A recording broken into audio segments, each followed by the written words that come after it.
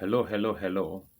This is your African teacher from the School of Hard Knocks. This is a quick one I want to do that I promised to do. This particular one that I would like to do, the episode that I'm trying to do here, it's very emotionally involved. Kind of make me sad, but no matter what, we got to do it. This is about the how many people knew that the dungeons that we call the castle were built by your very religious institutions, the ones that you go every Sunday. How many of us know that? I call them church warehouses, and this is how they represent themselves. Okay, and a brief history that I'm gonna, before I could tie them all together for you for our understanding. You know, when the Pope passed the edict, the Papal Bull. The Papal Bull was in much more in favor of a nation called Portugal and Spain. Portugal was the Catholic baby or the favorite child of the Catholicism. Uh, Other countries like Netherlands, England, Ireland, Denmark, Germany, they were regarded by the Roman as barbarians. So they were not as civilized as those who were close to the Mediterranean, who were, trained by our people, civilized them. So the Roman institution, the Catholic institution, regarded the Portuguese who were close, they just came out from under the Moors for 700 years. Okay, the Moors taught them how to bathe, you know. So the church, the Catholic Church believed they were more superior to Central European, the German, the Netherlands, the English, the Irish, the Danes. So Vatican had all of them as Catholics, but they was like more Catholic than, barbarian Catholics, you Catholic, but you barbarian, you know. So the Papal Bull was in the favor. The Papal Bull was go and conquer every black land and turn them into slave and take over their wealth. That was more given to that directive was given to Portugal and Spain.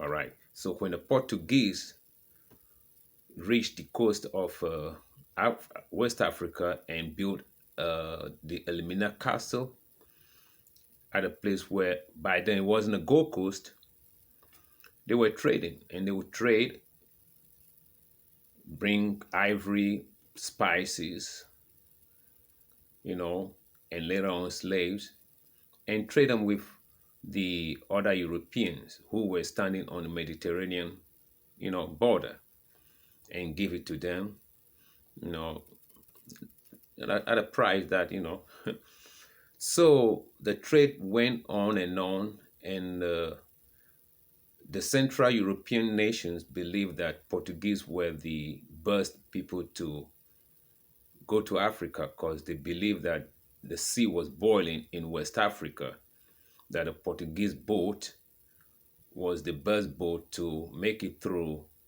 the hot sea, the boiling sea of Africa. They believed it, you see. And the reason also Christopher Columbus was given a boat in Portugal, Spain, Portugal, Siberia. The whole area was called Siberia at the time. No Portugal, no. So Christopher Columbus' boat came from that place. So it was a big deal that boats from Portugal and Spain were the best boat. They are the best boat builders. Europeans believed that and gave them that respect for almost 200 years. Then came the Protestation. The Protestation had nothing to do with religious differences between Martin Luther of Germany and Rome. It has nothing to do with it. It's about going rogue. It's about breaking away from the clutches of the Roman Empire or the Roman Catholicism and go and take it yourself. So when you get away from the Pope, then his edict and his laws cannot, apply to you. That was all about the Protestation. The Protestation was about coming to sell black bodies, breaking free from the Catholic Church to come and sell black body. It has nothing to do with religious misunderstanding. These people were not religious, they were not spiritual or anything. They don't believe in a damn thing. They don't believe in nothing. Okay. So that was that. So this is the map of the Gold Coast and all these crosses representing the various religious warehouses. I call them church warehouses, aka slave dungeons. Okay. So you could see that when this is Elmina and it belonged to the Catholic, the Anglican, the Church of England, Dutch Reformed Church, the Dutch are there. Okay, the Danish were there. Catholic were here. This Catholic may be French Catholic, French Catholic, Catholic Portugal. They are not the same because each country and each king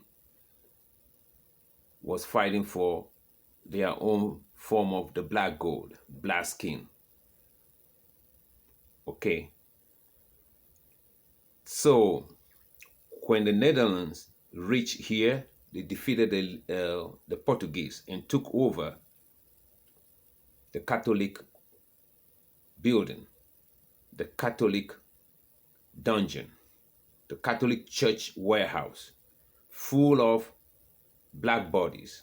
They took it over. Okay. So the same takeover went through all these castles and dungeons along right up to the slave coast. Each one probably passed hand from, was defeated, sold to another person, or either taken over by force by another church gang criminals. Okay. Church gangs of criminals. All of these places change hands from each gang of criminal, religious criminals. This one changed hand. The Elmina changed almost 5 times between different people. The Danes took it from the English.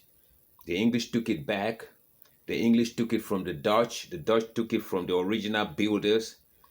So you don't have to build it. All you have to do is find some tough people, more guns, much meaner, more barbaric, and you could take it over from the Dane. The Danes have to just, come back stronger, meaner, more barbaric, and take it from the Catholic.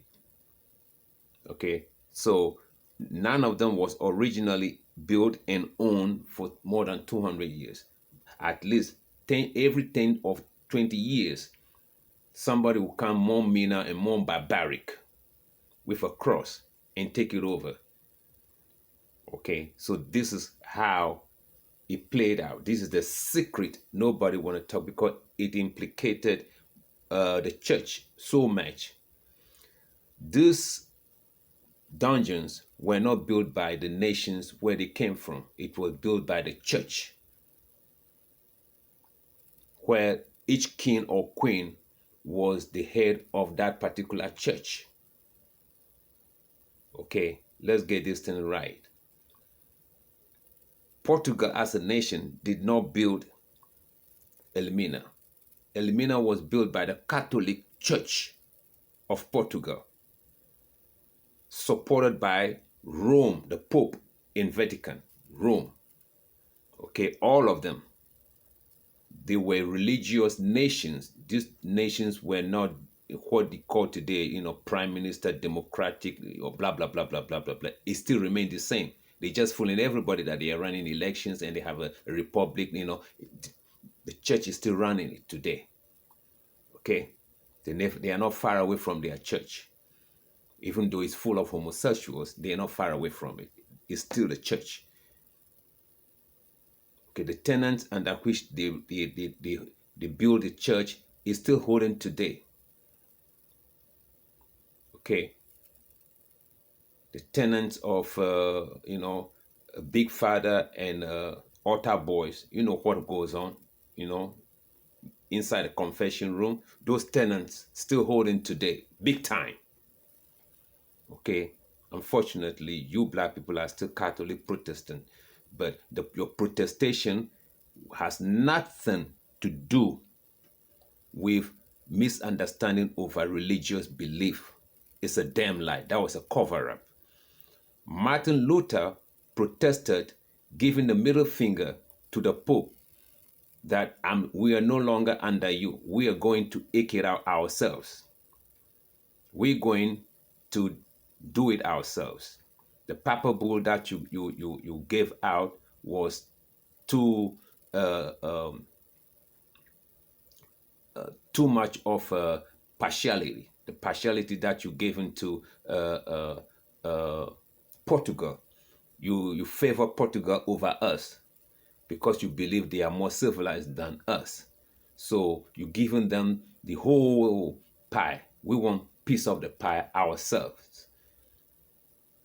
That was what the protestation was about. Mrs. Johnson of Protestant Church, Miss Manson of Protestant Church, Mr. Cujo of Protestant Church, Mr. Mensa of Catholic Church. This is what your church did. These castles were built by the church, not Portugal, not France, not Netherlands. Built by the church. The church was in business. The church was the business. The church was the state. Okay. And they change hand sometimes 10 times between each religious criminal. Overtaking it, running it, and another religious criminal will come and hit them in the head harder with a bigger guns and take it over, including me, you, and I's ancestors in them. This was what going on. In the infighting was what brought about Bismarck's 1884 conference. The 1884 conference came as a result of this infighting. Churches fighting each other, taking over buildings they did not build.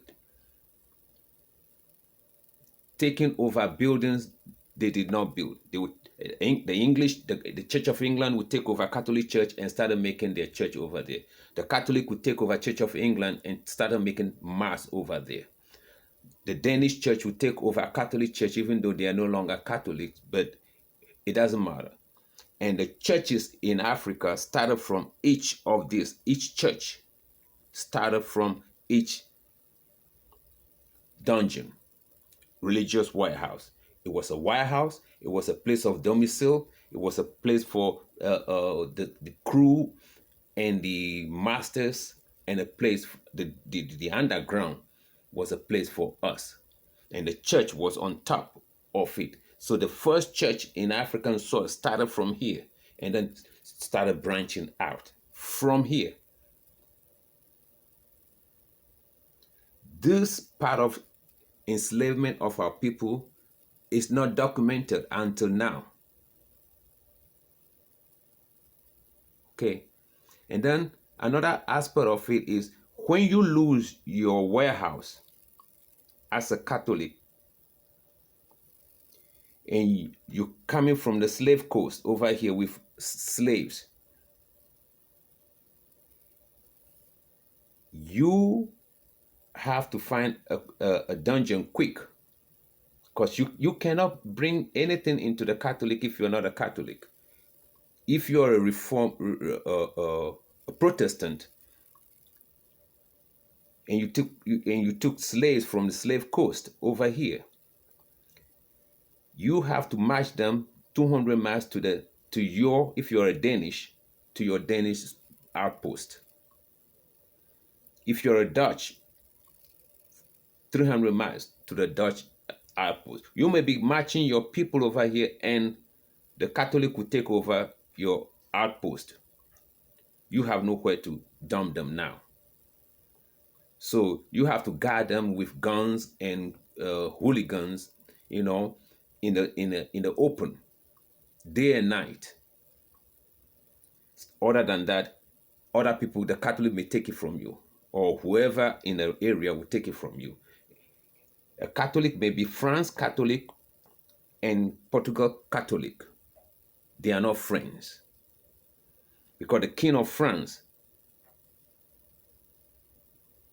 that was his business.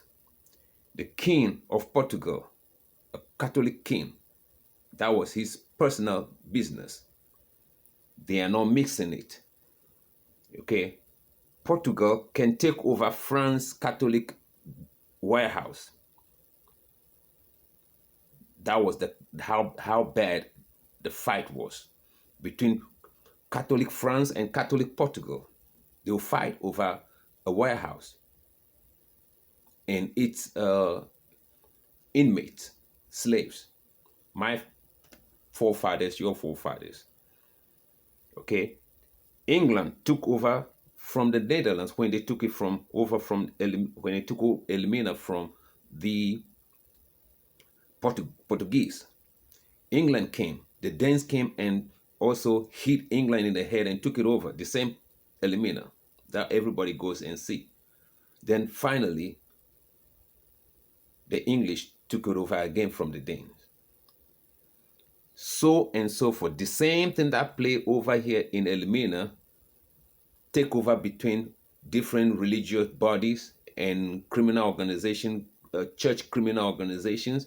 The same thing play over here. The original people at the end of slavery, the original people who built it were not the one, residing in it by the end of or abolition of slavery.